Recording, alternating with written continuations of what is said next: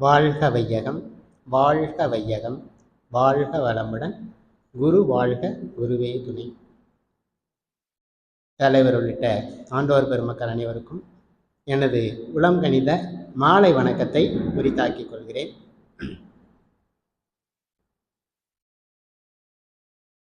பஞ்சேந்திரிய தவம் அப்படிங்கிற தலைப்பில் ஒரு சிந்தனை. பொறுப்பாசிரியர் கேட்டாங்க, ஒரு சிந்தனை விருந்து கொடுக்கணும் அப்படின்னு. தலைப்பு நீங்களே சூஸ் பண்ணிக்கங்கன்னாங்க. பஞ்சேந்திரிய தவத்தின் மேன்மைகள் அப்படின்னு சொல்லி கொடுக்கலான்னு நினச்சிட்டு இருந்தேன். அது கடைசியில் பஞ்சேந்திரிய தவ விளக்கமாக மாறிடுச்சு. அதான் உண்மை. ஐயா சொன்ன மாதிரி முன்னாடியெல்லாம் இந்த பஞ்சேந்திரிய தவத்தை தினமும் செய்ய சொல்லியிருப்பாங்கன்னு தான் நான் நினைக்கிறேன். பின்னாடி விட்டு போச்சு. வாரத்தில் ஒரு நாள். ஏன் அப்படின்னு சொல்லனா, மிக மிக அருமையான தவம், கண்டிப்பாக டெய்லியுமே செய்ய வேண்டிய தவம் இந்த பஞ்சேந்திரிய தவம். கடைசியில் கேட்குதுங்களா? அனுபவபூர்வமாக நான் உணர்ந்த தவம். வாரத்தில் நான் இப்போ பெரும்பாலும் ஒரு நாள் 2 நாள் போக மற்ற நாள் எல்லா நாளுமே பஞ்சேந்திரிய தவம் தான் செஞ்சுட்டு இருக்கிறேன். அவ்வளோ அருமையான தவம். ஏன்னா நாம் உலகத்தை உணர்றோம்னா எதன் மூலமாக உணர்றோம்னா பஞ்சேந்திரியங்கள் மூலமாகத்தான். அது கூட மனசு. இந்த 5 இருந்துன்னா தான் மனசுக்கு வேலை.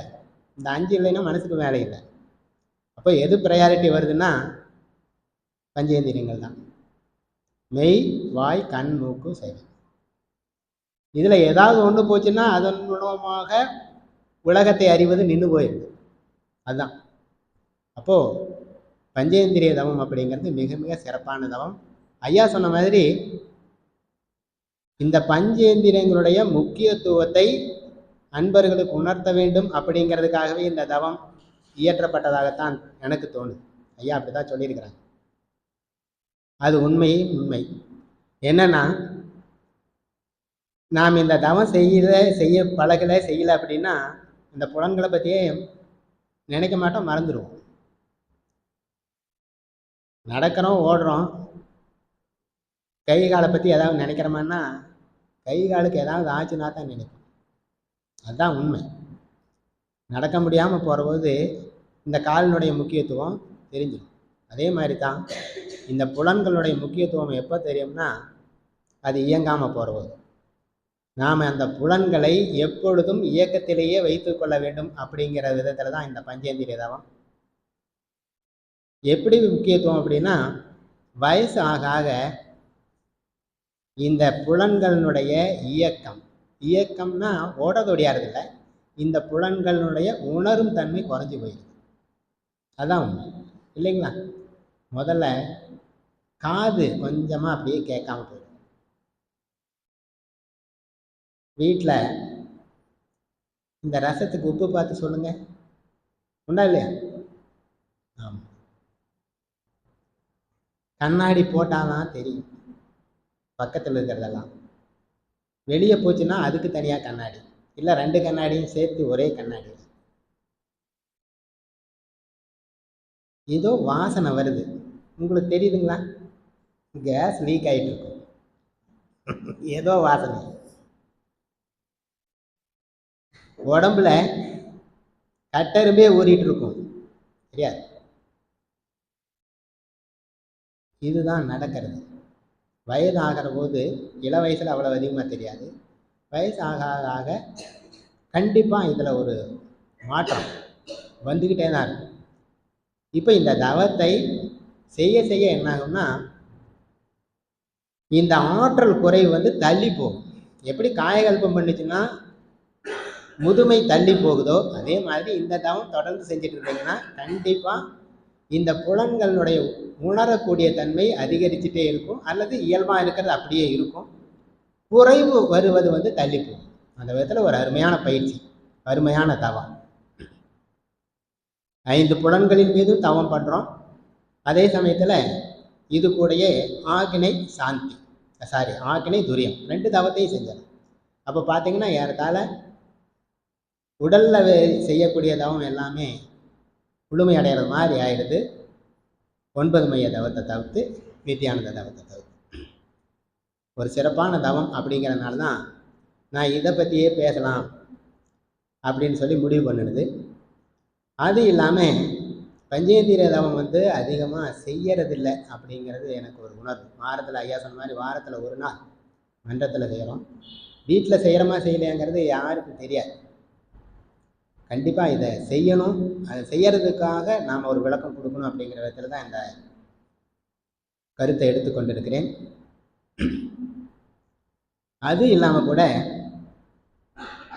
என்னுடைய அனுபவங்கள், நான் இந்த தவத்தினால் அடைந்த பலன்களையும் உங்களோட பகிர்ந்து கொள்ள வேண்டும் அப்படிங்கிறது ஒரு முக்கியமான கருத்தாக இருக்குது. உதாரணத்துக்கு பார்த்தீங்கன்னா, எனக்கு 5 வயசுலேருந்து காதில் ஒரு சின்ன பிரச்சனை. 5 வயசுலேருந்து. அந்த காலத்தில் சின்ன வயசில் வீட்லையெல்லாம் எங்கே குளிக்கிறது, கிணத்துல போய் தான் குளிப்போம். மேலேருந்து குதிப்போம். தொட்டு விளையாடுறது தண்ணி கட்டியே போயிடுவோம். தர தோட்ட வளர்த்திக்கு போயிட்டு எல்லாத்தையும் கண்டுபிடிச்சி தொட்டு விளையாடு. கீழே போக போக என்ன ஆகுதுன்னு தெரியறதில்ல. சின்ன வயசில் ப்ரெஷர் அதிகமாகும்.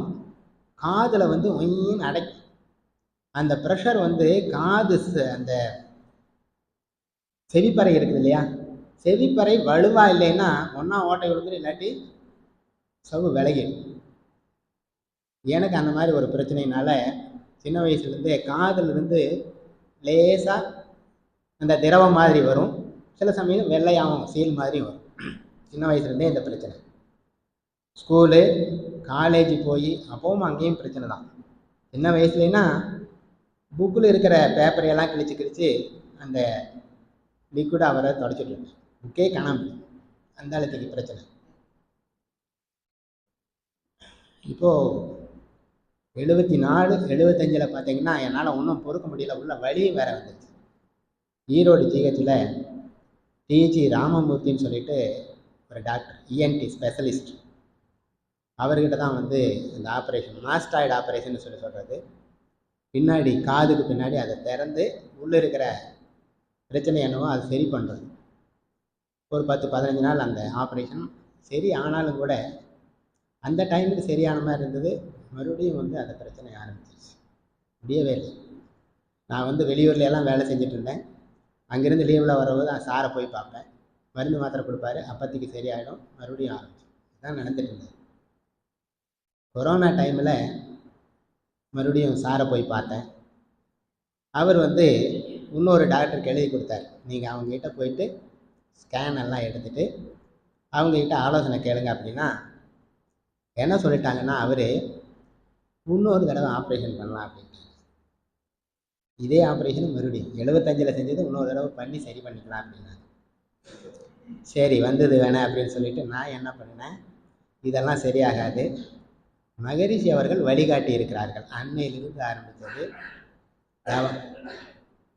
1 நாள் 2 நாள், வாரத்தில் 2 நாள் 3 நாள், குறைஞ்சது ஒரு 4 நாள், முடிஞ்சுன்னா காலையில் மலையில் 2 வேலைக்கு செய்ய ஆரம்பித்து இப்போ அந்த பிரச்சனையே இல்லை. என்னால் கபாலபதி செய்ய முடியாது. காதில் பிரச்சனை இருக்கிறவங்க கபாலபதி செய்ய முடியாது. அதே மாதிரி சூரிய நமஸ்காரம் செய்ய முடியாது. தலையை கீழே குனிஞ்சு செஞ்சேன்னா காதில் பிரச்சனை ஆகிடும். எந்த ஆசனமும் செய்ய முடியாது. அதாவது படுத்துட்டு அல்லது தலை கீழே வர்ற மாதிரி இருக்கிற ஆசனங்கள் எதுவும் செய்ய முடியாது. அந்த மாதிரி பிரச்சனை இருந்தது. அதுலேருந்து விடுதலை விடுதலை விடுதலை. என்னுடைய அனுபவங்களை சொல்கிறதுனால இது என்னோட 5 வயசுலேருந்து இப்போ வரைக்கும் இருந்த பிரச்சனைகள் சால்வ் ஆகிடும். இப்போவும் கூட கொஞ்சம் கொஞ்சம் பிரச்சனை வரும். நான் தவம் பண்ணுறதுனால அது சரியாயிடும். பிரச்சனையே இல்லை. இது கண்ணில், காதில். கண்ணில் 80 தலைவலி. தலைவலின்னா அந்த காலத்தில் இப்போ சுவாமிஜி மாதிரி இருந்ததுன்னா பேசாமல் உட்காந்து சாந்தி தவம் பண்ணால் சரியாக போயிடும். சொல்கிறதுக்கு ஆள் இல்லை இல்லையா? எங்கள் பிரதர் ஜிஹெச்சில் ஒர்க் பண்ணிட்டு இருந்தார். அதனால தான் அந்த ஆப்ரேஷன் பண்ணிச்சு. அப்புறம் மறுபடியும் கண்ணுக்கு கண்ணாடி டெஸ்ட் பண்ணிவிட்டு கண்ணாடி போட்டது. ஒன்றும் பிரச்சனை இல்லை. அது பாட்டுக்கு ஓடிட்டு தான் இருந்தது. 80லேருந்து 2010 வரைக்கும். 2010 கேரளாவுக்கு ஒரு ட்ரான்ஸ்ஃபர். நான் அங்கே என்னென்னா, நான் பண்ணினது தப்பு தான். என்னென்னா, இங்கிருந்து வண்டியிலேயே பாலக்காடு வரைக்கும் போனேன். பாலக்காடு தாண்டி ஒரு 20 கிலோமீட்டர் சித்தூர்ங்கிறது. வீக்கெண்டில் அங்கிருந்து இங்கே வருவேன், திங்கக்கிழமை காலையில் அங்கே போகிறது வண்டியில். இப்படி தான் நடந்துட்டு இருந்தது ஒரு 4-5 வாரம். ஒரு தடவை என்னாச்சுன்னா, அங்கேருந்து இங்கே வர்ற போது நான் கண்ணாடி போட்டுட்டு வண்டி ஓட்டிடக்கூடாது, கண்ணாடி போட்டுகிட்டே வண்டி ஓட்டினேன். எனக்கு தளம் வந்து கரெக்டாக தெரியல, இந்த கண்ணாடி போட்டதுனால. தளம் மேலே இருக்கிற மாதிரி தெரியுது, ஆனால் தளம் கீழே தான் இருந்தது. காலை வச்சேன், அப்படியே வண்டியோட சறுக்கி விட்டு விழுந்துட்டேன்.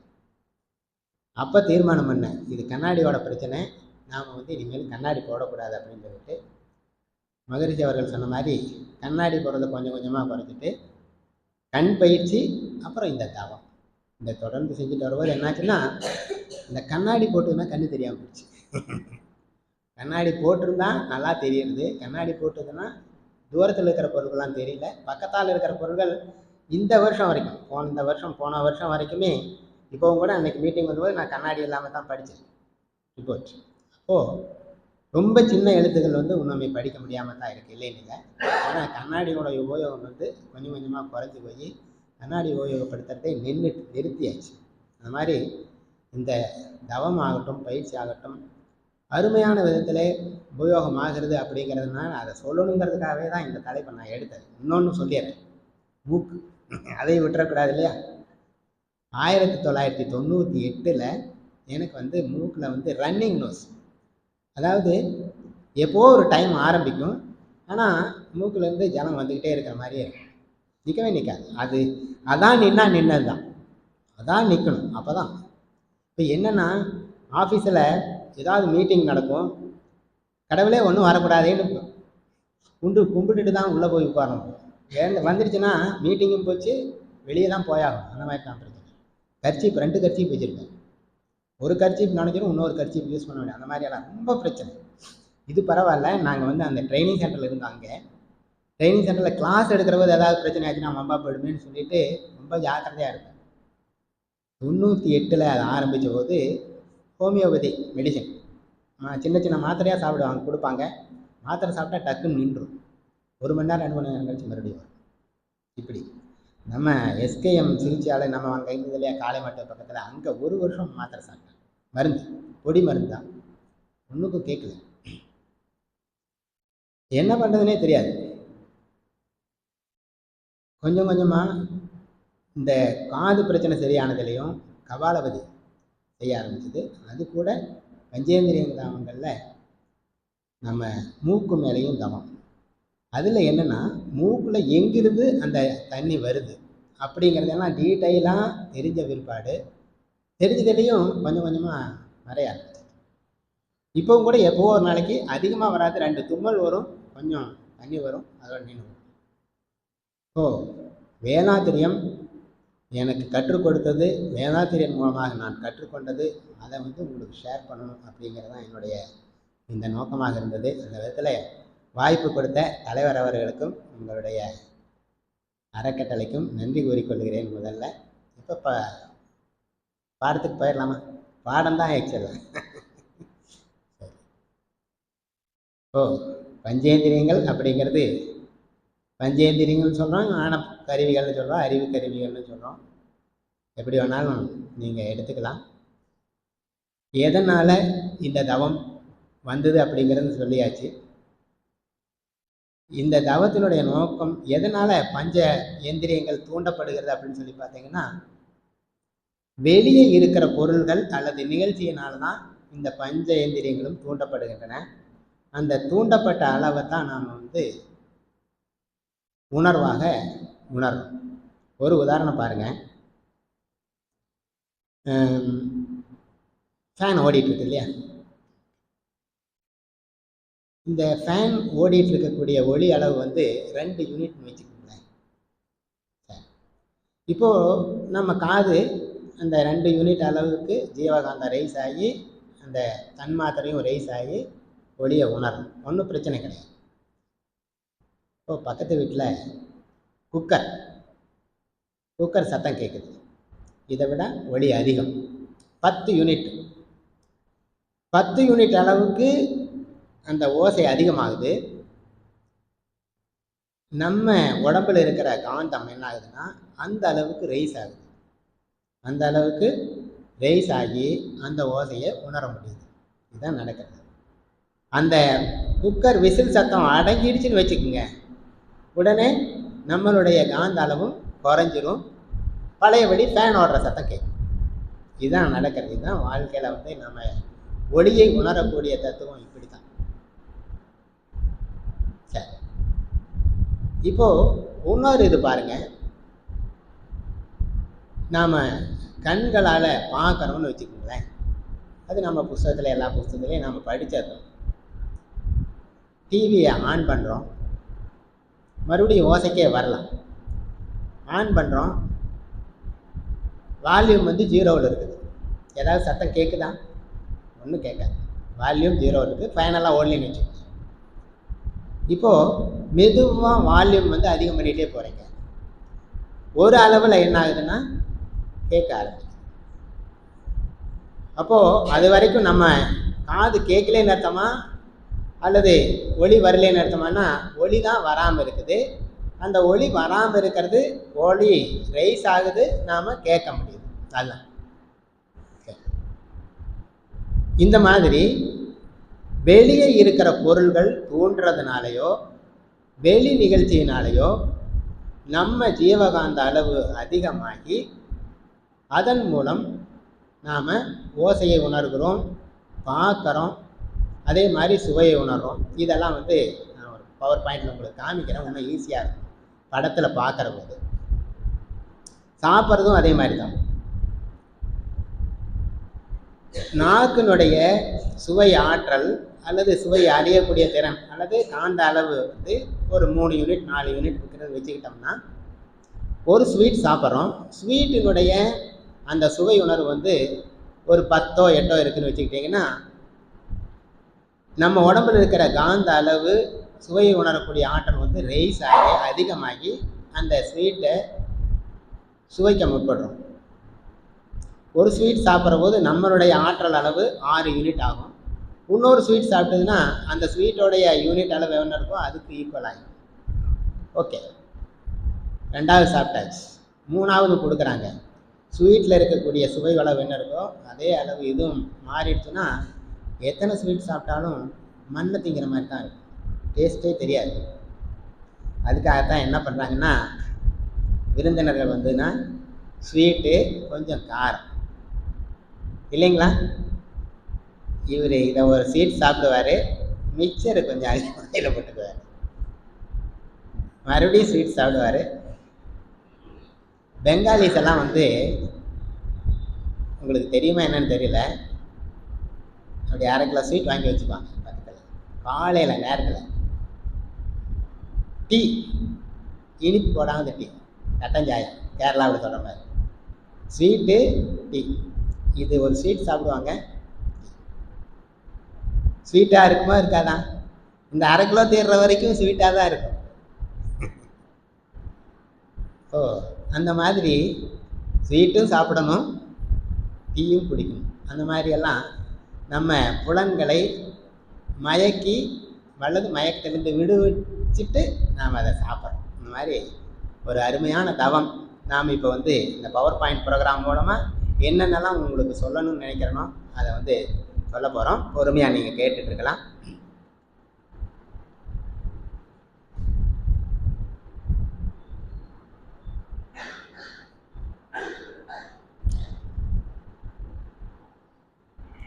என்னென்ன இந்த பஞ்சேந்திரிய தவத்தில் என்னென்ன அந்த தவத்துக்கு என்னென்ன பேர் அப்படிங்கிறத நீங்கள் பார்த்துட்டீங்க. 5 புலன்கள்னு சொல்கிறோம், பஞ்சேந்திரியங்கள் சொல்கிறோம், ஞான கருவிகள்னு சொல்கிறோம், அறிவு கருவிகள்னு சொல்கிறோம்.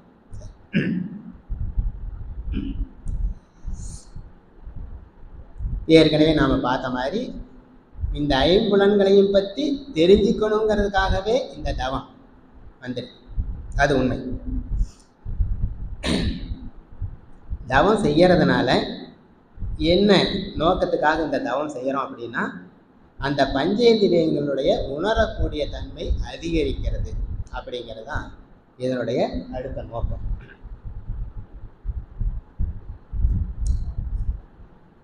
பஞ்சேந்திரிய தவத்தினால இந்த ஜீவகாந்த ஆற்றல் செலவை குறைக்கணும். அது கண்டிப்பாக நடக்கும். ஜீவகாந்த ஆற்றல் நார்மலாகவே ஏன் குறையுது, குறையிறதை எப்படி நிவர்த்தி பண்ணிக்கலாம் அப்படின்னு சொல்லி நம்மளுக்கு ஏற்கனவே தெரியும். நார்மலாகவே ஒரு நாள் முழுக்க வேலை செய்கிறோம், புலன்களை இயக்கிறோம், மனதால் நினைக்கிறோம். அப்போது கண்டிப்பாக ஜீவகாந்த ஆற்றல் செலவு ஆகத்தான் செய்யும். அதை எப்படி ரைஸ் பண்ணிக்கிறது அப்படிங்கிறது உங்களுக்கு ஏற்கனவே தெரியும்.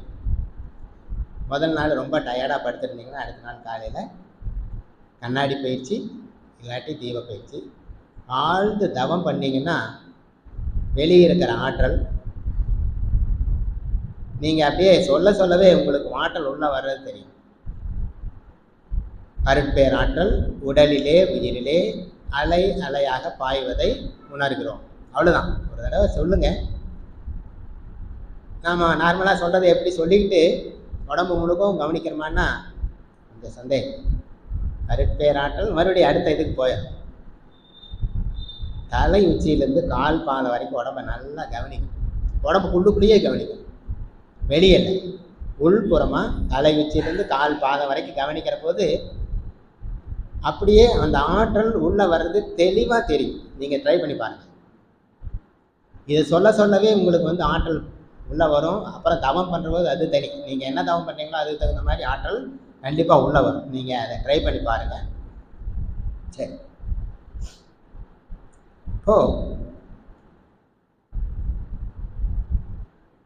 வெளியே இருக்கக்கூடிய ஒரு பொருளோ அல்லது ஒரு நிகழ்ச்சியோ, நாமளா பார்க்கக்கூடிய ஒரு பொருளோ அல்லது நிகழ்ச்சியோ, இந்த ரெண்டுமே புலன்களை தூண்டுகிறது. அந்த தூண்டக்கூடிய வித்தியாசம், முதல்ல இருந்த நிலைக்கும் இப்போ இருக்கிற நிலைக்கும் உள்ள வித்தியாசத்தை தான் நாம் உணர்வாக உணர்கிறோம். அதுதான் பஞ்சேந்திரிய தவத்தில் நாம் என்ன கருத்து அப்படிங்கிறத நாம் தெரிஞ்சிக்கக்கூடிய வாய்ப்பு. அப்போ இந்த தூண்டுறதுக்கும் இருப்புக்கும் உள்ள வித்தியாசத்தை தான் நாம் உணர்வாக உணர்கிறோம் அப்படிங்கிறது. உடலில் இருக்கிற ஜீவகாந்தத்தின் இருப்பு நிலைக்கும் அதே மாதிரி ஆரம்ப நிலைக்கும் அல்லது தூண்டப்பட்ட நிலைக்கும் உள்ள வித்தியாசத்தை தான் நாம் உணர்வாக உணர்கிறோம் அப்படிங்கிறது. இந்த தவத்தினால நமக்கு என்னென்ன பலன் அதை கொஞ்சம் விரிவாகவே பார்க்கலாம். இந்த தவத்தினால நமக்கு விழிப்பு நிலை கிடைக்கிறது. எப்படி விழிப்பு நிலைன்னு பாருங்க. பார்க்குறோம், டிவி பார்க்குறோம்னு வச்சுக்கோங்களேன். முதல்ல கொஞ்ச நேரம் பார்க்குறது ரொம்ப இன்ட்ரெஸ்டிங்காக இருக்கும். அதாவது 10 யூனிட் டிவியினுடைய ஒளி, பார்க்கக்கூடிய ஒளி அலை 10 யூனிட் இருக்குது. நம்ம கண் 2 இருந்துன்னா ரைஸ் ஆகி 10 வரைக்கும் வந்துட்டு அதே அளவில் காட்சி நீங்கள் பார்த்துக்கிட்டே இருப்பீங்க. அருமையான சினிமா, ரஜினிகாந்த் படம் உங்களுக்கு ரொம்ப பிடிச்ச படம், 1 மணி நேரம் பார்த்துட்டீங்க, நல்லா போயிட்டே இருக்கு. இப்போ என்னாச்சு, உங்களுடைய ஜீவகாந்த அளவு குறைய ஆரம்பிக்குது. 10 இருந்தது 8க்கு வருது. கொஞ்சம் சிரமப்பட்டு டீ போட, டீ வருது, கொஞ்சம் அப்படியே டீ கூட பலகாரம் வருது, அப்படியே சாப்பிட்டு இருப்பாங்க. 1 மணி நேரம் இன்டர்வல்லாம் முடிஞ்சு இப்போது இன்னும் 1 மணி நேரம் தான் சினிமா இருக்குது. உங்கள் யூனிட்டு ஜீவகாந்த அலை இயக்கம் 6, 4 இப்படின்னு குறையுது. முகத்தை கழுவிட்டு வந்துட்டு விடக்கூடாது, போயிடுமே சினிமா. வீடியோவாக இருந்தால் கூட மறுபடியும் பார்க்கலாம், யூடியூப்பில் வேலை வந்ததுன்னா மறுபடியும் பார்க்கலாம். இது வாய்ப்பே இல்லை. ஒரு தடவை போச்சுன்னா முடிஞ்சே போச்சு. ஆத்தியார வச்சு ரஜினிகாந்த் வேற ஒருவன் முதலாளின்னு ஆடிக்கிட்டு வர விடக்கூடாதுல்ல. சரி, இப்போ என்ன ஆகுது, ஒரு ஸ்டேஜில் ஆகிற போது உங்களுடைய ஜீவகாந்தம் 1 அப்படின்னு குறையுது. முடியவே முடியாது, தூக்கம் வந்துடும். இப்போது இது ஜீவகாந்த ஐம்புலன்கள் அல்லது பஞ்சேந்திரிய தவத்துக்கு முன்னாடி. இப்போது போதும், பார்த்தது போதும், போய் படு அப்படின்னு உங்களுடைய உடம்பே உங்களுக்கு சொல்லும். அதுதான் பஞ்சேந்திரிய தவத்தினுடைய நன்மை. வேண்டியதில்லை.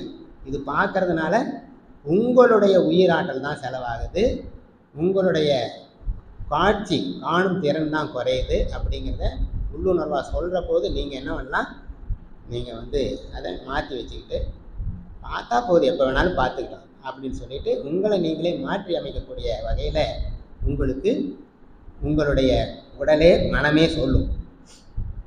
அப்போ அந்த விழிப்பு நிலை அப்படிங்கிறது கண்டிப்பாக வந்துடும் அப்படிங்கிறது. அதுதான் முதல் பாயிண்ட்.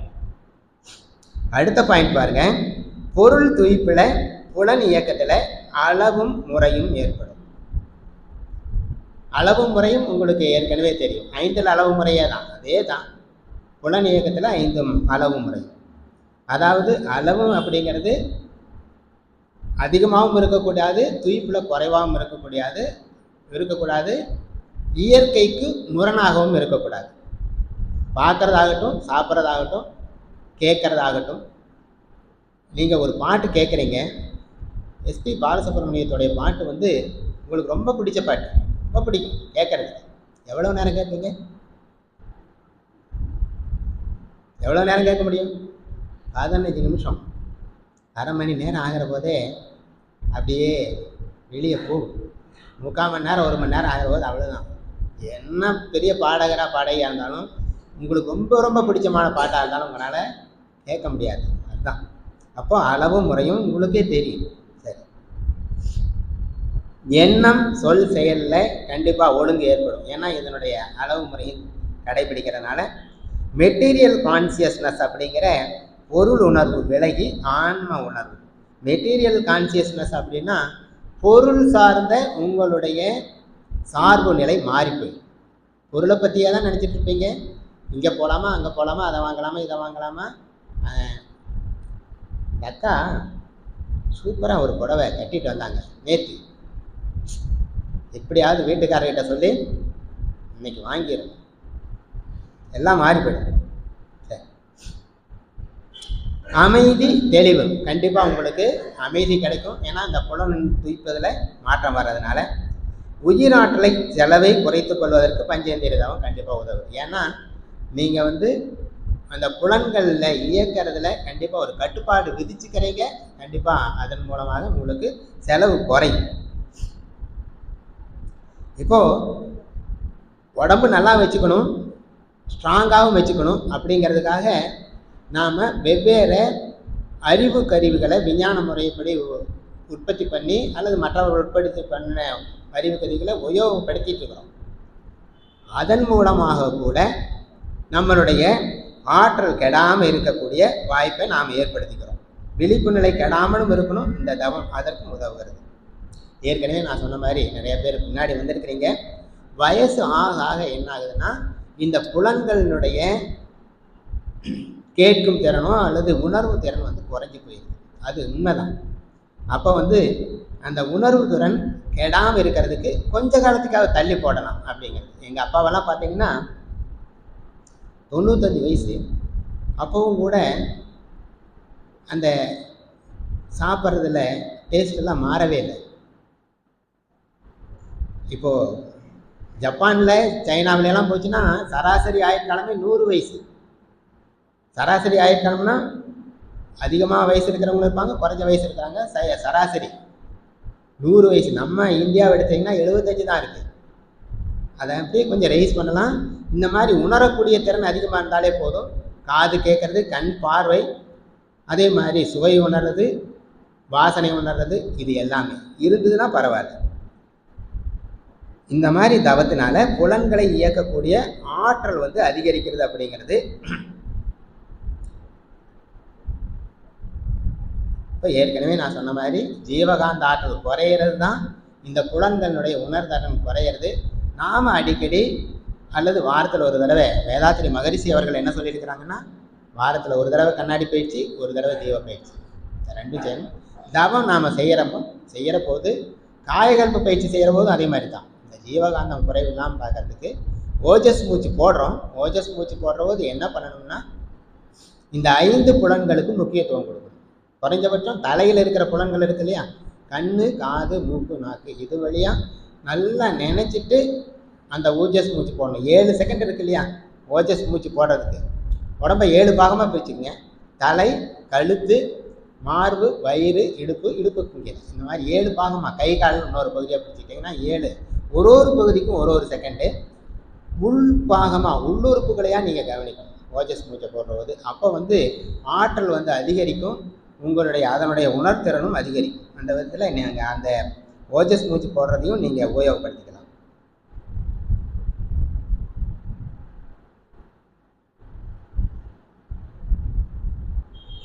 வேதாத்திரி மகரிஷி அவர்கள் இது நாம் பார்த்துட்டோம், ஒரு பாட்டு 5 புலன்களின் மூலம் உயிராற்றல் செலவழிவதைத்தான் நாம் என்ன நினைக்கிறோம், இன்பம்னு நினைக்கிறோம். சிந்தனையில் உயர்ற போது ஜீவகாந்தம் சிதறுவது தான் ஐம்புலன் துய்ப்பு அப்படிங்கிறத நாம் தெரிஞ்சிட்டோம்னா கண்டிப்பாக நாம் அந்த ஐம்புலன் துய்ப்பில் ஒரு நிதானம் வந்துடும். எந்த பொருள் தூண்டுதோ அந்த பொருளில் அந்த பொருளினுடைய துய்ப்பில் சிக்கிக்கிறோம். எப்படி சிக்கிக்கிறோம்னா, காஃபி காலையில் பல்லு துளக்கியாச்சுன்னா இந்த காஃபி சாப்பிட்டா தான் மற்ற வேலையெல்லாம் ஓடும். நிறைய பேர் இருக்காங்க, வேறு எந்த வேலையும் செய்ய மாட்டாங்க. பால் வரணும், காஃபி ஆகணும், காஃபி குடித்தா தான் மற்ற வேலையெல்லாம் நடக்கும். இந்த மாதிரி மற்ற வேலை எதுக்குமே அவங்க போட மாட்டாங்க. இதுதான் சிக்கிக்கிறது. காஃபி கொஞ்சமாக வரக்கூடாது, அப்படி ஃபுல்லாக. தஞ்சாவூர் சைடெல்லாம் போனீங்கன்னா லோட்டான்னு சொல்லுவாங்க. இங்கேயும் நாமளும் அந்த மாதிரி எல்லாம் சொல்லியிருக்கிறோம். இப்படி ஒரு 1/4 லிட்டருக்கு மேலே இருக்கும் அந்த டம்ளர், ஃபுல்லாக கொடுப்பாங்க. நீங்கள் தஞ்சாவூர் ரிலேட்டிவ்ஸ் வீடு எங்கேயா இருந்துன்னா போய் பாருங்கள். என்ன குடிக்கிறீங்க, குடிங்க. ஆமாம், அவ்வளவு கொடுப்பாங்க. நாம் குடித்தாகும். அதை குடிச்சதுன்னா 2 மணி நேரம் பசிக்கவே பசிக்காது. இந்த மாதிரி புலன் துய்ப்பில் சிக்கிட்டோம்னு வச்சுக்கோங்க, வேறு வேலையே ஓடாது. இப்போ பால்காரன் வரல, காஃபி ஆகலை, வாசலுக்கும் கேட்டுக்குமா நடந்துக்கிட்டே இருப்பார். பால்காரன் வரானான்னு இவர் பார்க்குறாரா, இவருக்கு காஃபி வேணும். இவர் பால்காரன் வரனை பற்றியெல்லாம் இவருக்கு கவலை இல்லை. பால் வந்ததுன்னா தான் காஃபி வேணும். கேட்டை திறந்துட்டு போய் வெளியே அந்த பக்கம் இந்த பக்கம் வீதியும் வேற பார்ப்பார். இதுதான் சிக்கிக்கிறது அப்படிங்கிறது. கவர்ச்சியில் சிக்கிக்கக்கூடாது அப்படிங்கிறது வேதாத்திரி மகரிஷி அவர் சொல்கிறது. அது பழக்கமாகவே மாறி போயிடுது அப்படிங்கிறது. புலன் மயக்கம், பொருள் மயக்கம் அப்படிங்கிற 2 பற்றியும் வேதாத்திரி மகரிஷி அவர்கள் சொல்கிறாங்க. இந்த புலன் துய்ப்புல சிக்கிக்கிறது, பொருள் மயக்கம் இன்னொரு வேறு விதமான. அந்த காலத்துலலாம் பொடி போடுவாங்க, பேட்டி சுருக்கி பொடி டப்பா இருக்கும், வெத்தலை பாக்கு, சுண்ணாம்பு, அதுவும் ஒரு டப்பாவில். இதெல்லாம் தான் சிக்கிக்கிறது, பொருள் மயக்கம். இதெல்லாம் பரவாயில்ல. இந்த காலத்தில் என்னாச்சு, ஆமாம், குடி, போதை, சின்ன பசங்கள்லேருந்து எல்லாமே பொருள் மயக்கம். அந்த பொருளில் தான் இன்பம் இருக்குதுன்னு நினச்சி அரசாங்கமும் அதே வேலை செய்து ஜனங்களும் மயங்கி போய் அதிலேயே மாட்டிக்கிட்டு முழிக்கிறாங்க. பொருள் மயக்கம். இந்த 2மே இருக்கக்கூடாது அப்படிங்கிறதுல நாம் கொஞ்சம் கவனமாக இருக்கணும்.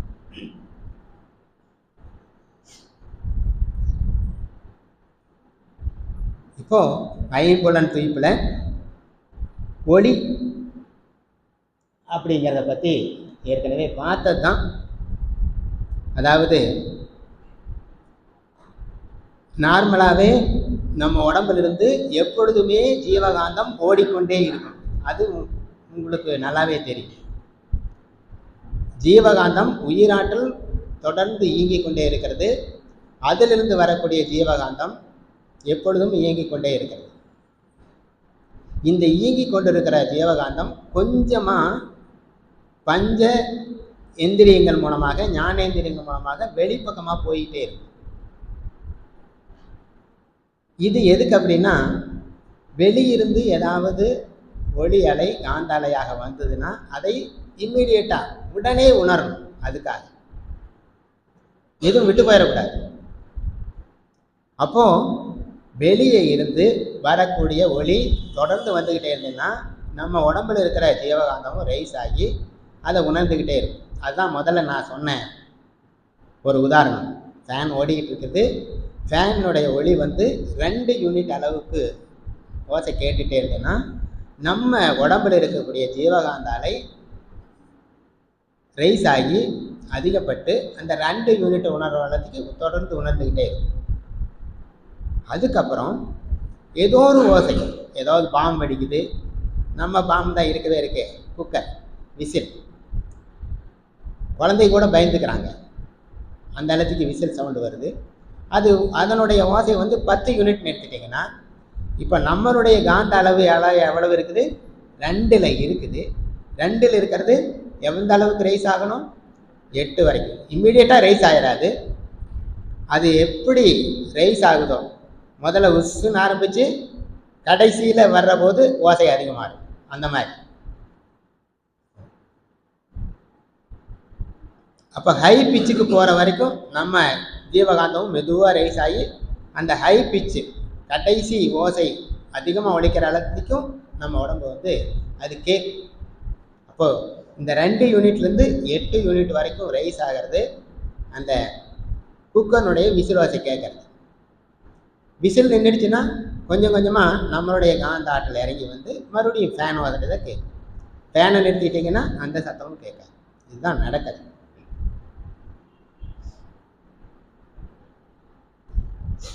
அடுத்தது இது வந்து ஓசையை உணர்றதுலையே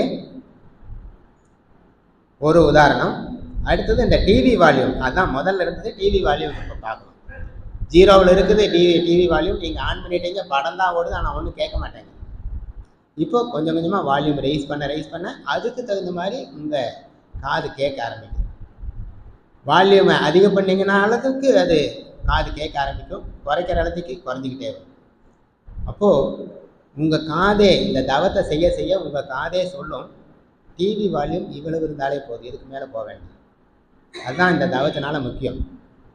குழந்தைங்க அதிர்ற மாதிரி வச்சு கேட்பாங்க, ஏன்னா அவங்களுக்கு தவம் பண்ணுறது இல்லை. தவம் பண்ணாங்கன்னா அவங்களுக்கும் பிடிச்சி போயிடும். எதுக்கு இவ்வளோ வேல்யூம் வைக்கிற, கொஞ்சமாக வை அப்படின்னு சொல்லி தவம் பண்ணுறவங்கெல்லாம் சொல்லுவாங்க. அதனால தான் அதன் மூலம் இந்த தவத்தினுடைய பலனே அதுதான். அதிகமான ஒளியை கேட்க வேண்டிய அவசியம் இல்லை. அதனால் ஜீவகாந்த ஆற்றல் நமக்கு வந்து சேமி. இப்போ அடுத்தது பாருங்க,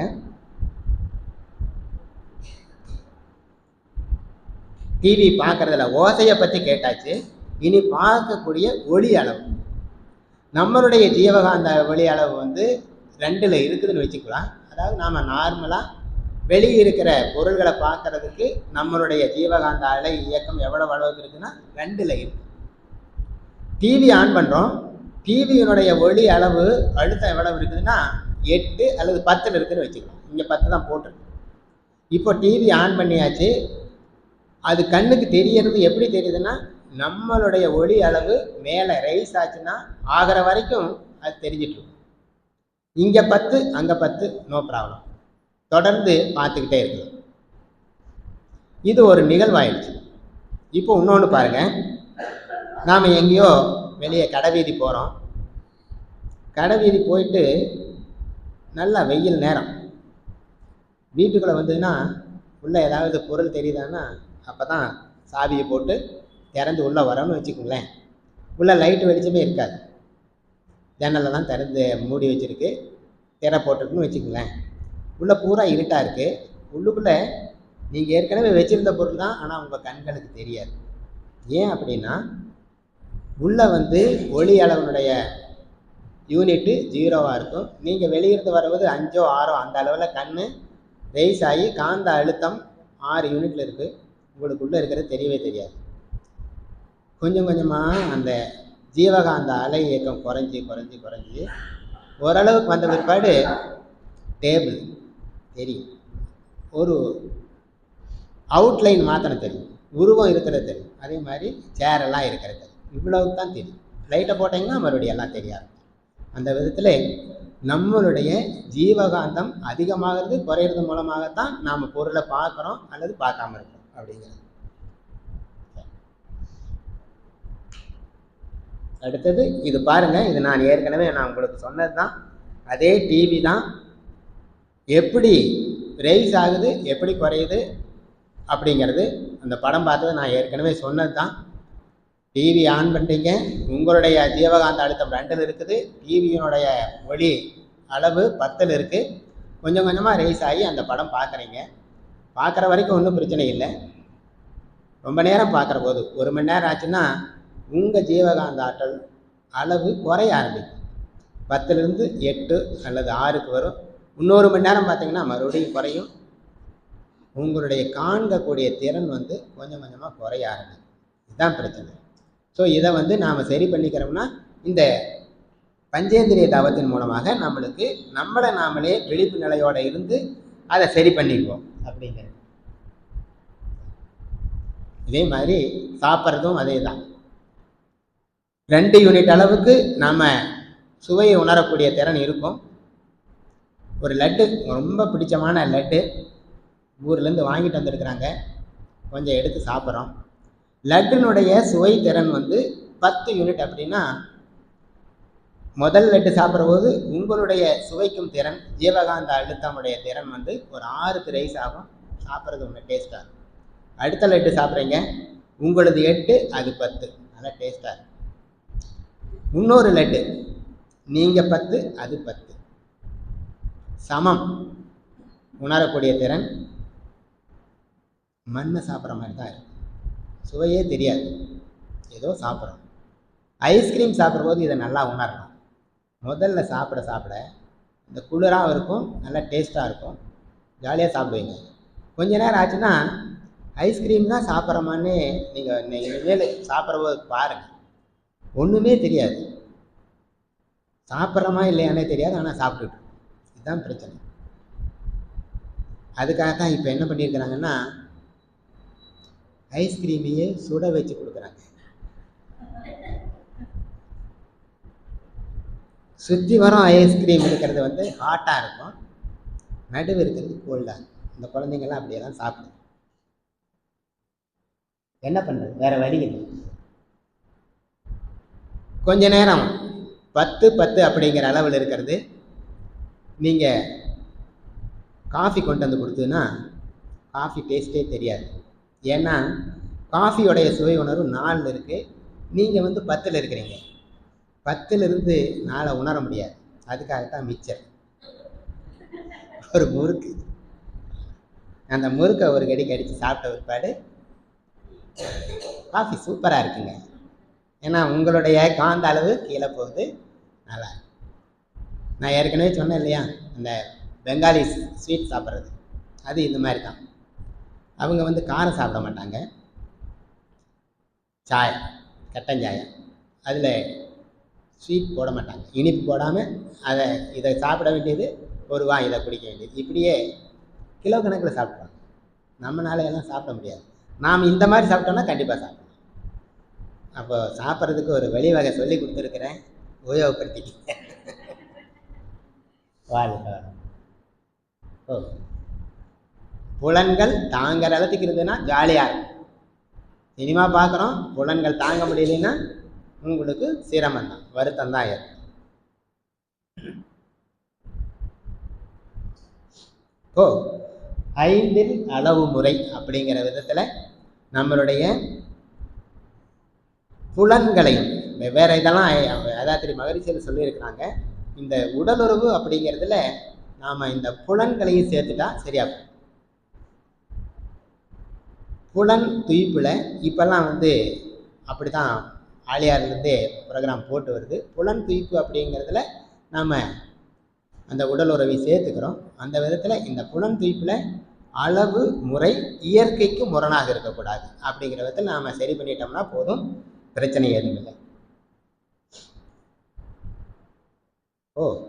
ஏற்கனவே நாம் பார்த்தது தான், பரிணாம வரிசையில் தான் இந்த தவத்தை பண்ணுறோம் அப்படிங்கிறத எடுத்துக்கிட்டாலும், முதல்ல வந்த உயிர் தொடு உணர்வு, ஓரறிவுடையது அப்படின்னு சொல்லி பார்த்தீங்கன்னா தாவரங்கள். தொடு உணர்வு மாத்திரம்தான் இருக்கும். தொட்டாச்சி நீங்கி ஒரு 2 நாளைக்கு முன்னாடி ஒரு யூடியூப்பில் நம்ம வாட்ஸ்அப்பில் தான் ஒரு இது போட்டிருந்தாங்க. தொட்டாச்சினிக்கு தான் தொட்டுதுன்னா அப்படியே சுருங்கிக்கணும்னு இல்லை, ஏதோ ஒரு கேளாங் மாதிரி ஒன்று காமிச்சாங்க.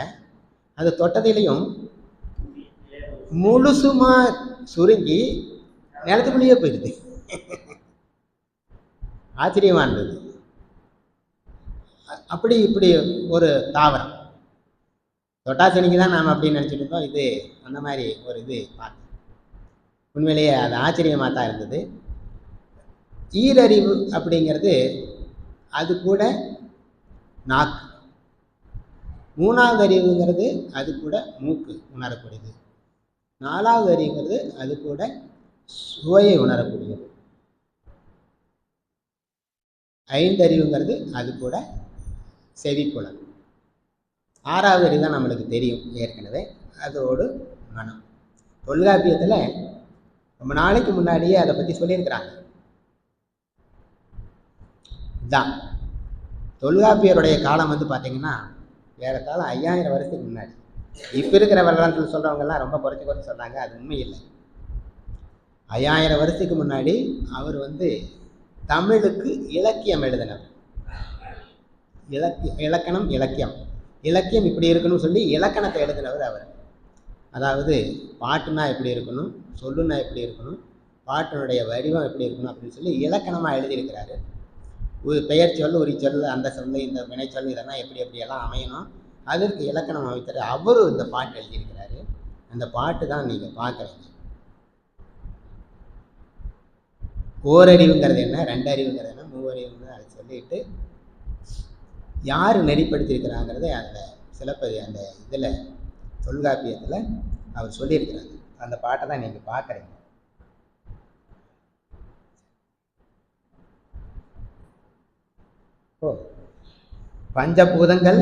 பஞ்சபூதங்களுடைய தன்மாத்திரை தான் நாம் அழுத்தம், ஒளி, சுவை, மனமாக நாம் வந்து உணர்றோம் அப்படிங்கிறது. அந்த பஞ்சபூதங்களையும் மறந்துடக்கூடாது, பஞ்சேந்திரியங்களையும் மறந்துடக்கூடாது, 5 புலன்களையும் மறக்கக்கூடாது. அந்த புலன்களினால் செலவாகிற உயிரையும் மறக்கக்கூடாது. செலவாகிறதுனால தான் உயிர் செலவு, அதாவது நாம் துய்க்கிறதுனால தான் உயிர் செலவு ஆகுது அப்படிங்கிறதையும் மறக்காமல் இருக்கணும் அப்படிங்கிறது வேதாத்திரி மகரிஷி அவர்கள் சொல்லக்கூடியது. இப்போ தான் நாம் சப்ஜெக்டுக்கே வரோம். தோல் அப்படிங்கிற உறுப்பு, அதில் நாம் தொடு உணர்வு மட்டும்தான் நாம் பார்க்குறோம். அப்படின்னா இந்த தோல் நமக்கு வெவ்வேறு விதத்தில் உபயோகமாக இருக்கிறது. அதையெல்லாம் தெரிஞ்சுக்கிட்டாவே அந்த தோலில் அந்தந்த நிகழ்ச்சியினால் ஏற்படக்கூடிய தொய்வு, ஆற்றல் குறைவு கண்டிப்பாக மாறி பாருங்க.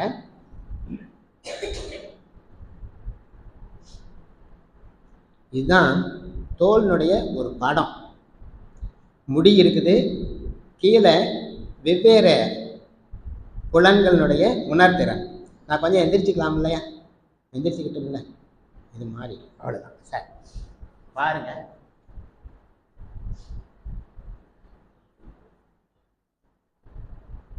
இது மேலடுக்கு வியர்வை, இங்கிருந்து மேலே வந்து வியர்வை படை, இது ஒரு படை, இது ஒரு படை. வியர்வை வெளியே படுறது அதுதான் உபயோகமாக.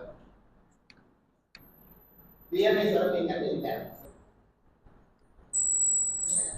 கிரீம் போட்டு நான் வந்துருந்தேன், ஏதோ கிரீம் போட்டுதுன்னா வந்துடுது இல்லையா, அது வருதானா கிடையவே கிடையாது.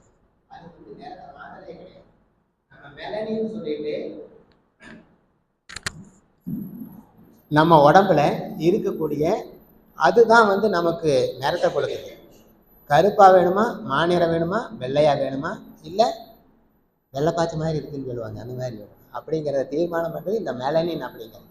அது நல்லா இருந்ததுன்னா நமக்கு நல்ல கலர் வரும், அது இல்லைன்னா கொஞ்சம் கலர் மாறும். இப்போது நாம் வந்து இங்கே இங்கே நிற்கட்டுமா, அவங்களுக்கு மறக்காதில்ல.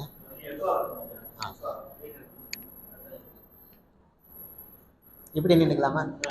ஓகே.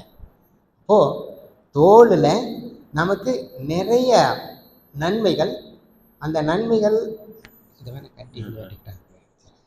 அந்த நன்மைகள் என்னன்னு பாருங்க.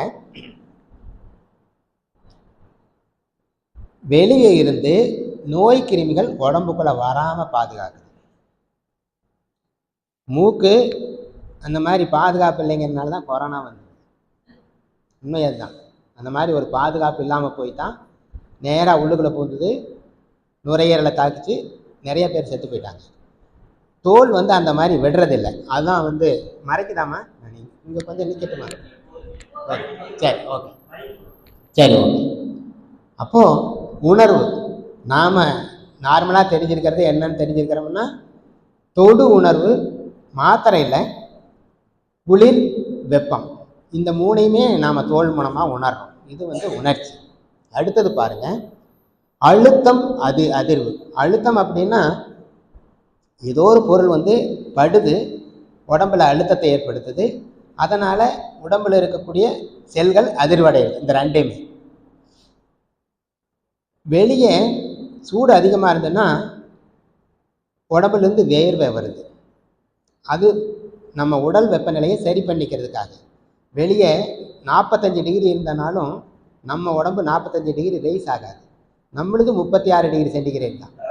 98.6 டிகிரி ஃபாரன்ஹீட் இல்லாட்டி 37 டிகிரி சென்டிகிரேட். அந்த அளவுக்கு மெயின்டைன் பண்ணுறதுக்கு எப்படி மெயின்டைன் பண்ணுதுன்னா, அந்த வியர்வை சுரப்பி மூலமாக வெளியே கொஞ்சம் கூல் பண்ணிடும். அப்படி அதே மாதிரி உடம்பு நீர் ஆவியாகிறத கட்டுப்படுத்துது. அதாவது புறத்தோல்லிருந்து உடல்லேருந்து நீர் ஆவியாகிறத கட்டுப்படுத்துறது. எல்லாமே வியர்வையாக வெளியே போயிடுச்சுன்னா உடம்பு பூரா வற்றி போயிடும், உள்ள ஒன்றும் இருக்காது. ரத்தம் ஓடுதானா ரத்தம் ஓடாது, அப்படியே உறைஞ்சி போய் நிற்கும். அதை கட்டுப்படுத்துறதும் தோல் வேலை. இப்போ தான் நாம் எதிர்பார்க்கறது அழகாக இருக்கு. உடம்புக்கு அழகை தருவது தோல் தான், அது உண்மைதான், சந்தேகமே இல்லை. அந்த நிறத்தை தர்றது அந்த மெலனின்கிற ஒரு பொருள், அது அந்த தோலில் தான் இருக்குது. அதுக்கு தகுந்த மாதிரி நம்மளுக்கு கலர் வருது. அது இல்லாமல் நீரை சேமித்து வைக்கிறது, உடம்புக்குள்ளே கொழுப்பை சேமித்து வைக்கிறது, ரெண்டுமே அந்த தோல்னால தான் நடக்குது. கழிவு நீக்கம் அப்படிங்கிற முறையில் வியர்வை வெளிவாகிறது. கொஞ்சமாக oxygen, nitrogen, carbon di oxide கொஞ்சமாக வெளியிருந்து உள்ளே போகிறதாக சொன்னாங்க. அது மற்ற உயிரினங்களுக்கு நடக்குது, நம்மளுக்கு நடக்குதா என்னன்னு தெரியல. அப்புறம் அதிகமான வெப்பம், அதிகமான வெளிச்சம், அதே மாதிரி வெவ்வேறு வேதிப்பொருட்கள், ரசாயன பொருட்கள் உடம்புக்குள்ளே உள்ளே பூந்து தாக்காமல் இருக்கிறதுக்கும் அது ஒரு தடை. இன்னும் ரொம்ப ரொம்ப முக்கியமானது வைட்டமின் டி அப்படிங்கிறத உற்பத்தி பண்ணுறது. சூரிய ஒளியிலிருந்து தோலில் பட்டு வைட்டமின் டி கண்டிப்பாக நம்மளுக்கு ரொம்ப ரொம்ப தேவையான ஒரு வைட்டமின். எல்லாருமே சொல்லுவாங்க, கொஞ்சம் அப்படியே காலார வெயிலில் போய் காலை வெயிலில் மாலை வெயிலில் நடந்துட்டு வாங்கன்னு சொல்லுவாங்க. அது இதனால தான். அது இல்லைன்னா கண்டிப்பாக இந்த வைட்டமின் டி கிடைக்காது. ரொம்ப ரொம்ப சொல்ல வேண்டியது பெண்களுக்கு. வெளியவே வராமல், வீட்டு அடுக்கலையை விட்டு வராமல் அல்லது வீட்டை விட்டு வெளியே வராமல் இருக்கிற பெண்கள் கண்டிப்பாக கொஞ்ச நேரம் வெளியே போய் நடந்துட்டு வரணும் அப்படிங்கிறது அது ரொம்ப முக்கியம். இப்போ தோல்னு பார்த்தீங்கன்னா, நாம் அழுத்தம் அப்படிங்கிற தொடு உணர்வு மாத்திரையில் இத்தனையையும் அந்த தோல் தான் செய்யுது. நாம் அதை தெரிஞ்சுக்கிட்டோம்னாவே போதும். இந்த தவம் பண்ணுற போது இதெல்லாம் ஞாபகம் வரும். அல்லது இத்தனை நிறையா இருக்குது, நாம் ஒன்றைத்தான் ரெண்டைத்தான் நினச்சிட்டு இருந்தோமே, இத்தனை இருக்குதான்னு நினச்சிட்டு அதுக்கு கொஞ்சம் முக்கியத்துவம் கொடுக்கும் அப்படிங்கிறது. சரி, அப்போ இந்த மெலானின் அப்படிங்கிறது ரொம்ப ரொம்ப முக்கியம். அது கூட பீனியல் சுரப்பியிலேருந்து மெலட்டனின் அப்படிங்கிற ஒரு வேதிப்பொருள் சுரக்குது. இந்த ரெண்டுக்குமே சம்பந்தம் இருக்குது. இந்த மெலட்டனின் எப்போ சுரக்கும்னா, நீங்கள் சீக்கிரம் தூங்க போனீங்கன்னா தான் சுரக்கும். முடி கருப்பாக இருக்கணும் அப்படின்னா, ஐயா பார்க்குறாங்க, முடி கருப்பாக இருக்கணும்னா நேரத்தில் தூங்கணும், சீக்கிரம் தூங்கிடணும், பொழுது சாஞ்சதிலே தூங்கிடணும். அந்த காலத்தில் அப்படி தான் பண்ணிட்டு இருந்தாங்க. அகல் விளக்கு பற்ற வைப்பாங்க, எண்ணெய் தேர்றதுக்குள்ளே எல்லோரும் சாப்பிட்டுட்டு எல்லா வேலையும் முடிச்சுட்டு படுத்துடணும். அப்படி தான் இருந்தது. பின்னாடி சீமெண்ணெய் வந்தது, கொஞ்சம் தூங்குகிற நேரம் குறைஞ்சிது. அப்புறம் லைட் இருக்கவே வந்தது, முடிஞ்சு போச்சு. டிவி, இப்போது மொபைல், படுத்துக்கிட்டே பார்த்து தான் நடக்குது. சரி, அப்போது அந்த மெலட்டனின் எப்போ சுரக்கும்னா, நீங்கள் அடங்குனீங்கன்னா தான் உடம்பு சுரக்கும், இல்லாட்டி சுரக்காது. தூங்குன பாடு தான் சுரக்க ஆரம்பிக்கும். அப்போது நேரத்தில் தூங்குச்சுன்னா நம்ம முடி வந்து கண்டிப்பாக கருப்பாக கொஞ்ச நாளைக்கு இருக்கும், இல்லாட்டி சீக்கிரமே வெள்ளையாயிடும். தோலை பற்றி தெரிஞ்சிட்டோம். அடுத்தது நாக்கு. நாக்கு வந்து நாம் என்ன நினச்சிட்டு இருக்கிறோம், சுவையை உணர்றது மட்டும்தான் நாக்கினுடைய வேலை அப்படிங்கிறத நினச்சிட்டு இருக்கிறோம். நிறைய வேலைகள் செய்யுது. என்னென்ன வேலைன்னு பாருங்க. சாப்பிட்ற சாப்பாடு வாயுக்குள்ளேயே ஒரு ஜீரணம் அடைகிறது அப்படிங்கிறது வேதாத்திரி மகரிஷி அவர்கள் சொல்ற கருத்து. எப்படின்னா, சாப்பிட்றோம், சாப்பாட்டு கூட உமிழ்நீர் கலக்கணும். உமிழ்நீர் கலந்ததுனா தான் சுவையவே உணர முடியும். உண்டா இல்லையா? உண்டுதான். நீங்கள் ட்ரையாக எண்ணத்தை வாயில் போட்டீங்கனாலும், சப்பாத்தி ஒரு துளி வாயில் போடுறீங்க, நீங்கள் என்ன கடி கடித்து என்ன பண்ணாலும் சுவையை தெரியவே தெரியாது. அந்த உமிழ்நீரோட கலக்கும்போது தான் எந்த பொருளுடைய சுவையுமே நம்மளுக்கு தெரிய வரும். அது முக்கியம். அப்போது இந்த சாப்பாடு உள்ளே போகிறத நான் அதை பற்றி பின்னாடி சொல்ல போகிறேன். இப்போ வந்து அந்த உணவுப் பொருளை மெல்றதுக்காக புரட்டுறது, விழுங்கிறது, இந்த ரெண்டுக்குமே வந்து நாக்கு தான் உபயோகமாகுது. அடுத்தது, நாக்கினுடைய மேல்புறம் சுவை மொட்டுக்கள் இருக்குது. அது சுவை உணர்றது, அது நாம் எல்லாருக்கும் தெரிஞ்சது தான். அந்த நாக்கிலேயே சூடாக ஏதாவது பட்டதுன்னா உடனே அது சூடு அப்படின்னு சொல்லுது, குளிராப்பட்டனால குளிராக சொல்லுது. ஒரு தடவை அப்படித்தான் ஆச்சு. ஒரு கிளாஸுக்கு போயிருந்தேன். ஃப்ளாஸ்கில் தண்ணி இருந்தது, தண்ணி குடிக்கணும்னு சொல்லி கேட்டார் போது சூடாக இருக்குங்கிறது தெரியும். கொடுத்தவங்க என்னட்டாங்க, இது ஆறுன தண்ணிங்க, ஃப்ளாஸ்கில் இருக்குதுன்னு சொல்லி கொடுத்துட்டாங்க. நானும் டக்குன்னு ஊற்றிட்டேன். நல்ல சூடு, அப்படியே துப்பிட்டேன். அவ்வளவு சீக்கிரமாக நாக்கு சுவை உணருது, இம்மிடியட்டாக வெளியே துப்பதும் சொல்லுது. அந்த மாதிரி. சரி, நாக்கை ஈரமாக வச்சுக்கிறதுக்கு உமிழ்நீர். அதே மாதிரி நாக்கு பற்களை சுத்தம் செய்யறதுக்கு உதவுது. ஏதாவது அங்கே போய் பல்லில் சிக்கிட்டுனா கூட அது வெளியே வர்ற வரைக்கும் விடாது, அங்கேயே போய் உண்மை தானவா? சரி, அது இல்லாமல் பேசுறதுக்கு வாழ்க வளமுடன் நாக்கு போய் மேலெண்ணத்தில் ஒட்டுனா தான் அந்த சவுண்டு வரும். உலகத்தில் 2-3 மொழிகளில் தான் அந்த சிறப்புலகர உச்சரிப்பு. தமிழ், மலையாளம், மராத்தி, இந்த மொழிகள் தான் அந்த சிறப்புலகர உச்சரிப்பு. வேறு எங்கேயுமே இல்லை. அந்த விதத்தில் ஒரு அருமையான உச்சரிப்புக்கும் இது மட்டும் இல்லை, நாக்கு மட்டும் இல்லை, நாக்கு போய் பல்லில் அல்லது மேலெண்ணத்தில் அங்கங்கே தொட்டுனா தான் அந்த உச்சரிப்பு. சிறப்புலகர மாத்திரையில் பல்லுக்கு போகிற இல்லு எங்கே போய் நாக்கு தொடணுமோ அப்போ தான் அந்த பள்ளத்துக்கு போடுற இல்லு எங்கே போய் தொட்டுதுன்னா அந்த உச்சரிப்பு வருமோ அதுக்கு தகுந்த மாதிரி. அந்த மாதிரி உச்சரிக்கிறதுக்கும் இந்த நாக்கு தான் உபயோகம். நாக்கு தான் சுவை உணர்றதுக்கு உதவுது அப்படிங்கிறது இல்லை, இன்னும் 4-5 வழி இருக்குது. இந்த பல்லு இருக்குது பாருங்க, பல்லு போச்சுன்னா சொல்லும் போயிடும். அது உண்மை தானவா? சரி, பல்லில் ஏதாவது பிரச்சனை ஆச்சுன்னா நம்ம உணவை வந்து சரியாக கடித்து விழுங்க முடியாது, சுவை உணர முடியாது. அது பாதிக்கப்பட்டவங்களுக்கு கண்டிப்பாக தெரிஞ்சிருக்குன்னு நினைக்கிறேன். என்னுடைய ஒரு அனுபவம், அதையும் நான் உங்ககிட்ட பகிர்ந்துக்கிறேன். இந்த பல்லு விஷயத்தில் எனக்கு வந்து பல்லில் சின்ன வயசுலேனா ஏறத்தாழ இந்த காலேஜ் டைமில் கொஞ்சம் ஒரு பல்லில் கொஞ்சம் வலி இருந்தது. அதை வந்து அந்த காலத்தில் எல்லாம் என்ன பண்ணுவாங்கன்னா வெள்ளியில் அடைப்பாங்க, அடைச்சிருக்காங்க. நான் அதை அடைச்ச பிற்பாடு அந்த சைடு பல்லை உபயோகப்படுத்திட்டு இருந்தேன். வெள்ளி தேஞ்சு போயிருமேனுன்னு சொல்லி அதிகமாக உபயோகப்படுத்துறது. இது என்னாச்சுன்னா இந்த தவமெல்லாம் வந்த பிற்பாடு தான் அந்த பக்கம் சாப்பிட்டதுன்னா சுவையே தெரியாமல் இருந்தது. என்னடா அது, இந்த பக்கம் மட்டும் சுவை தெரியுது, இந்த பக்கம் ஒன்றுமே தெரியாமல். ஏன்னா இந்த பக்கம் தான் அந்த வெள்ளி சில்வர் ஃபில்லிங்கை அடைச்சது இருக்குது. நான் அதிகமாக உபயோகப்படுத்தினால இந்த பிரச்சனை.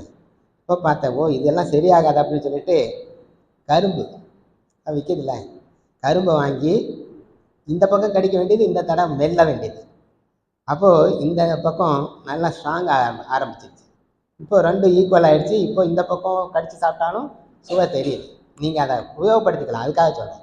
இப்போது பற்கள் சரியாக இல்லைனாலும் டேஸ்ட்டு தெரியாது அப்படிங்கிறது. வாயில் புண்ணு இருந்ததுனாலும் நம்ம சாப்பிட்ற சாப்பாடு ஒன்றும் விளங்காது. காரமாக இருந்ததுன்னா ஒரு மிளகாய் போட்டாலும் நம்மளால் சாப்பிட முடியாது. அப்புறம் அதுக்கு மேலே போடுறத பற்றி சொல்லவே வேண்டாம். இன்னொன்று, தொண்டையில் ஏதாவது பிரச்சனை இருந்தனாலும் அதே மாதிரி தான். நம்மளுடைய சாப்பாடு சரி சாப்பிடவும் முடியாது. எங்கே உள்ளே போச்சுன்னா அடைச்சிக்கணும்னு பயம். அப்போ எப்படி சாப்பிட்றது? அதே மாதிரி சாப்பிட்ற சாப்பாடு உதடுகளை மூடி உதடு பிரியாமல் நல்லா மென்று சுவாமிஜி என்ன சொல்லுவாங்கன்னா 14 தடவை மெல்லணும் குறைந்தபட்சம். அப்போ தான் உமிழ்நீரோட கலக்கணும்பாங்க. உதடு ஏன் பிரியாமல் இருக்கணும்னா உதடு பிரிஞ்சுதுன்னா உமிழ்நீர் சுரக்காது. இப்போது உதடு பிரியாமல் மெல்ற போது உமிழ்நீர் சுரக்கும். அந்த உமிழ்நீர் கூட அந்த சாப்பிட்ற பண்டம் கூழ் மாதிரி ஆகி உள்ளே விழுங்கணும். இப்படி விழுங்குச்சுன்னா வாயிலேயே ஒரு ஜீரணம், எல்லா சுவையும் தெரியும். சாம்பார் சாதம் சாப்பிட்றீங்கன்னா சாம்பார் சாதத்தில் என்னென்ன சுவை இருக்கோ அத்தனையும் நாம் உணர்ந்து சாப்பிடணும். என்ன சுவையெல்லாம் இருக்குது சாம்பார் சாதத்தில்? உப்பு, புளிப்பு இருக்கும், காரம். இது எல்லா சுவையும் ஒரு வாயில் சாப்பிட்ற போது உணரணும். இதுதான் அங்கே ஜீரணமாகிறது. உண்மையிலேயே நல்ல விதத்தில் ஜீரணமாகிறதுக்கும் சுவை உணர்றதுக்கும் உதவும். இன்னொன்று, நெஞ்சு எரிச்சல் ரொம்ப ரொம்ப பிரச்சனை ஆகக்கூடியது. என்னென்னா சாப்பிட்றோம், விருந்துக்கெல்லாம் போச்சுன்னா கொஞ்சம் அளவு தெரியறதில்லை. என்ன அளவு தெரியறது இல்லைன்னா பேசிக்கிட்டே சாப்பிட்றோம் அப்படின்னு சொல்லுவாங்க. ஆனால் அது வரைக்கெல்லாம் வராது. உள்ளதான் இருக்கும். கொஞ்சம் வயிறு அசைஞ்சதுன்னா அப்படியே மேலே வரும். எது கழிக்கிறதுன்னு சொல்லுவாங்க. அது பாருங்க, இதுதான் வயிறு, இது நம்ம உணவு குழாய். அங்கிருந்து வர்ற உணவை இந்த இடத்துல ஒரு சின்ன வால்வு மாதிரி இருக்கும், உள்ளுக்குள்ள அனுப்பும், வெளியே அனுப்பாது. இப்போ இந்த வால்வு சரியாக ஒர்க் பண்ணலைனாவோ அல்லது உள்ளே இருக்கிற கேஸ் அதிகமாகி ஏப்பம் வர்றபோது அது வால்வு ஓப்பன் ஆகி ஏப்பம் வரும். அதான் நடக்கிறது. ஏப்பம் வந்தால் பிரச்சனை இல்லை, கூடவே உள்ளே இருக்கிற ஆசிட்டும் வரும். உள்ளே இருக்கிற ஆசிட் வந்துன்னா அது ஹைட்ரோக்ளோரிக் ஆசிட். நீங்கள் தொட்டுனா புண்ணாயிடும். அந்த மாதிரி தொண்டை அந்த குழாய் முழுக்க புண்ணாயிடும் அந்த ஆசிட் வந்துன்னா.